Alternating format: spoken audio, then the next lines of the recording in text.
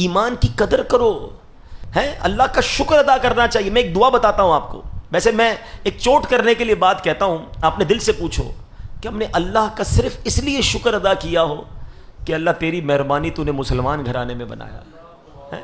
ہم میں سے بہت ساری شکوے ہیں، پیسے نہیں دیے، یا اللہ گاڑی نہیں ملی، بنگلہ نہیں ملا، کاروبار نہیں ملا، ارے سب مل جاتا، اگر ایمان نہ ملتا تو میں کدھر جاتا؟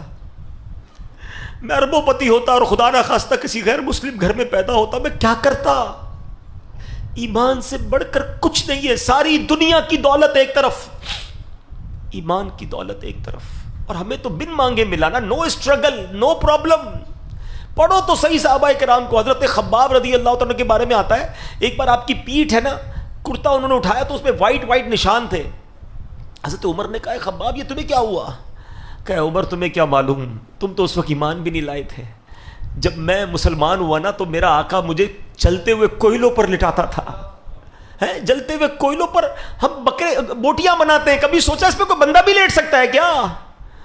کہتے چلتے ہوئے کوئلوں پر مجھے لٹاتا تھا، اور اے عمر میری پیٹھ سے چربی پگھلتی تھی اور اس سے وہ کوئلے بجھ جایا کرتے تھے، مگر پھر بھی میں رب کا نام لیتا تھا۔ حضرت عمر کہتے ہیں خباب یہ پیٹھ لاؤ، میں اسے چومنا چاہتا ہوں جو اسلام کی خاطر جلائی گئی ہے۔ کیا تکلیف ملی ہے مجھے اور آپ کو ایمان لانے پر؟ کیا پرابلم آئی ہے مجھے اور آپ کو ایمان لانے پر؟ مگر وہ مار کھا کر بھی نماز پڑھتے تھے، ہم اے سی میں اور پنکھوں میں بھی نماز نہیں پڑھتے۔ وہ قرآن پڑھتے تھے، آپ کو پتہ ہے میرے آقا جب قرآن پڑھتے تھے کفار کیا کرتے تھے؟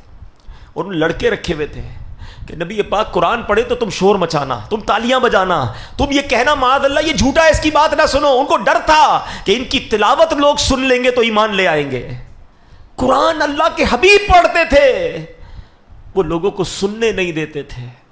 اگر آج ہمارے گھروں میں قرآن موجود ہے، ہم قرآن نہیں پڑھتے ہیں۔ We have to answer for those all things۔ کبھی کہیں تو جواب دینا پڑے گا نا کہ یار وہ لوگ مار کھا کر عبادت کرتے تھے اور ہمیں سب چیزیں میسر ہیں، مسجدیں ہماری گلیوں میں ہیں، اذانیں ہمارے پاس ہو رہی ہیں، مگر ہمارے پاس نماز پڑھنے کا ٹائم نہیں، مسجد میں جانے کا ٹائم نہیں، قرآن کھولنے کا ٹائم نہیں۔ پھر سب سے بڑی بات یہ کہ ایمان کی قدر تو کرو نا یار، اتنا آسانی سے مل گیا تو قدر ہی ختم ہو گئی۔ آج کسی کو احساس ہی نہیں ہے۔ آپ کو پتہ ہے اللہ کے حبیب علیہ الصلوۃ والسلام یہ دعا کیا کرتے تھے، یا مقلب القلوب ثبت قلبی علی دینک، اے دلوں کو پھیرنے والے میرے دل کو اپنے دین پر ثابت قدمی عطا فرما۔